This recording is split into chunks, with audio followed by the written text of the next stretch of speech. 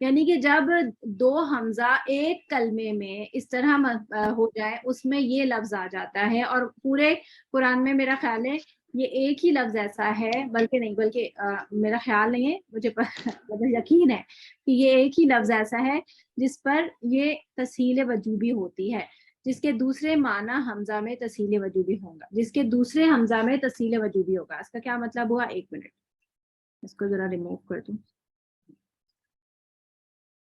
Teacher تسہیل وجوبی مطلب ہے جہاں حمزہ واجب ہو.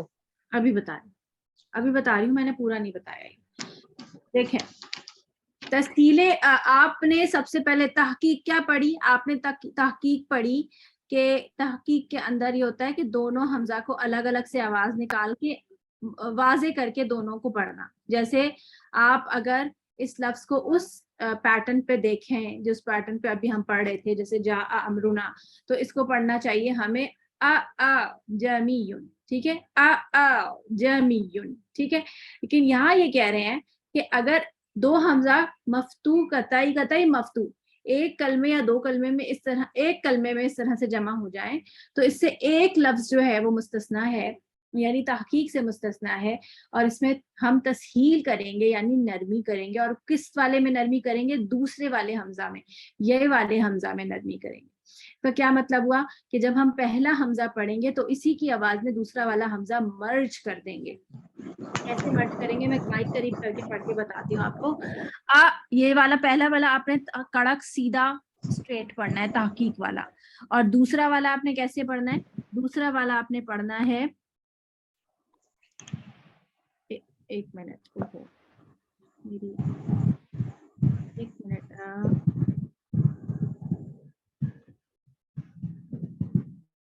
ٹھیک ہے, آپ کے پاس آ گئی سلائڈ واپس؟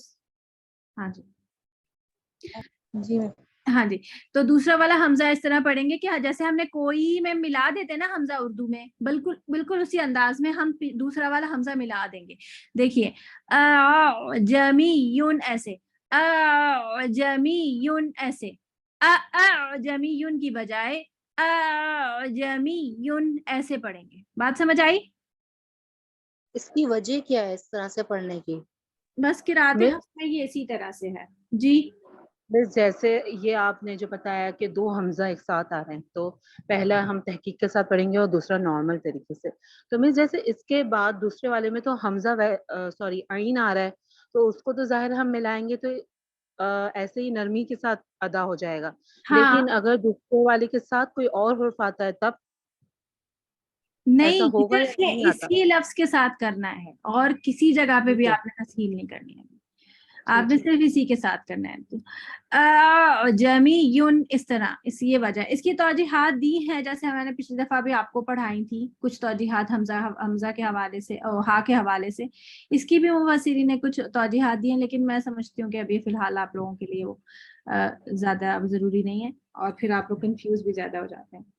اچھا جی, تو تسہیل جوازی جو ہے اس میں کیا ہے کہ اس میں اور بھی کوئی جواز موجود ہوتا ہے, یعنی اور بھی کچھ آپ اس میں طریقے اپنا سکتے ہیں, یعنی کہ جو دیے گئے ہیں بس وہی.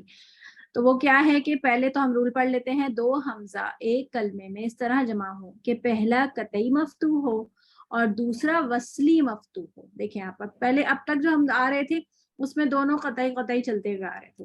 ادھر تیسرے والے میں کیا آیا کہ ایک تو قطعی مفتوح ہے پہلا والا, اور دوسرا والا وسطی ہے اور وہ وصلی ہے اور وہ بھی مفتوح ہے.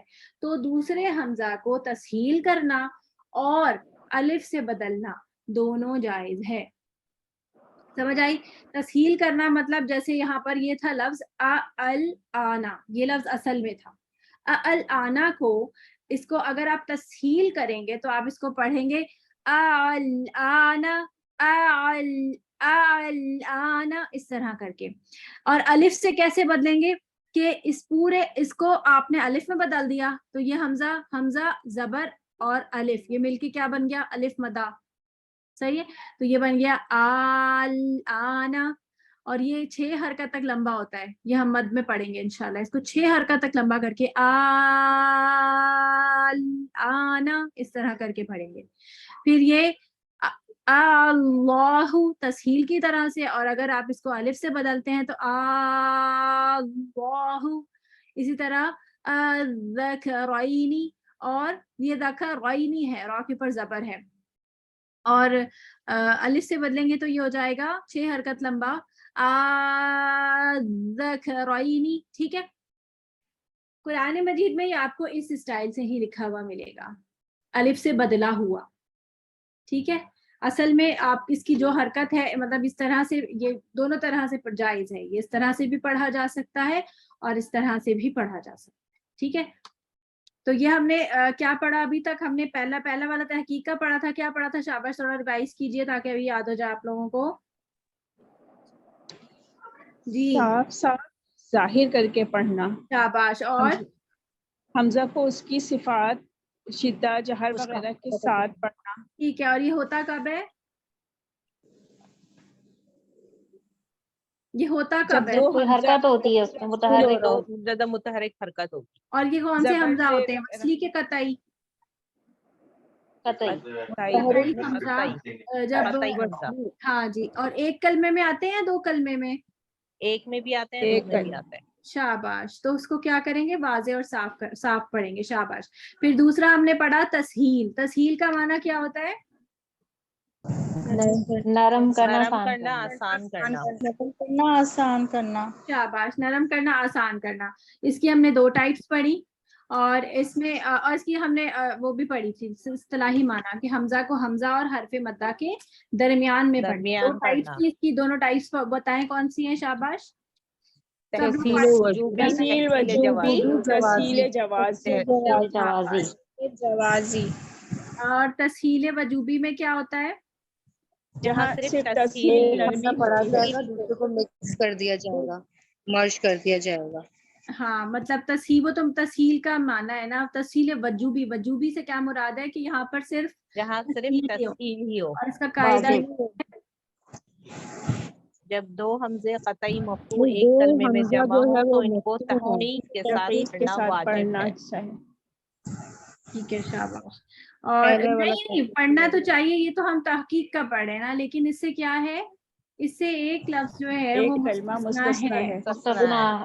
تو یہ آپ کس طرح سے آپ اس کی ڈیفینیشن کس طرح یاد کریں گی کہ جب 2 حمزہ قطعی مفتوح اس ایک کلمے میں یعنی اعجمیٌ میں جمع ہو جائیں گے تو ہم اس کے دوسرے حمزہ کو تسہیل وجوبی کریں گے اس ایک حمزہ میں. قطعی مفتوح کو بتائیں کہ مفتوح تو معنی ہوتا ہے کھولنا. نہیں فتح مفتوح کا سے. معنی ہوتا ہے فتحہ. مفتوح کا معنی ہوتا ہے زبر.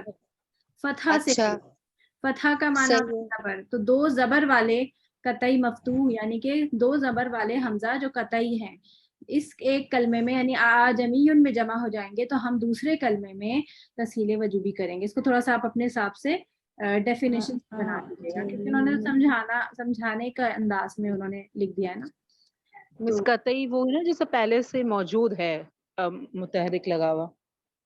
قطعی وہ حمزہ زائدہ ہے جس کے اوپر کوئی نہ کوئی حرکت یا علامت موجود ہوگی اور وہ کبھی بھی وسط کلام میں حذف نہیں ہوگا جیسے کہ وصلی ہوتا ہے. ٹھیک ہے.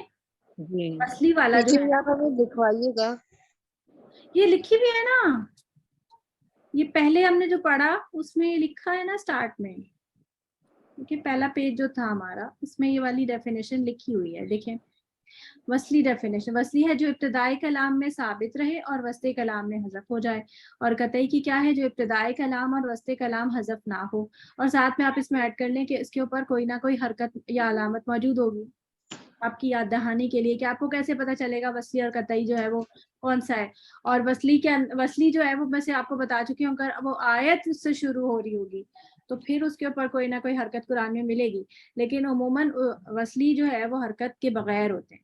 ٹھیک ہے. ابھی تو ہم مس تھوڑا سا اور حمزہ وصلی کو پڑھیں گے. اگر آیت کے سٹارٹ میں آپ کہہ رہی ہیں کہیں جگہ وہ لگا ہوا ہوتا ہے متحرک تو وہ کیسے پتا چلے گا کہ وصلی ہے؟ پتہ چل جائے گا جیسے جیسے آپ گرامر پڑھیں گی. اس آیت کو پڑھنے کے لیے وہ الف پڑھنا ضروری ہوگا حمزہ وصلی والا. وہ تو آپ پڑھیں گی نا، ظاہر سی بات ہے.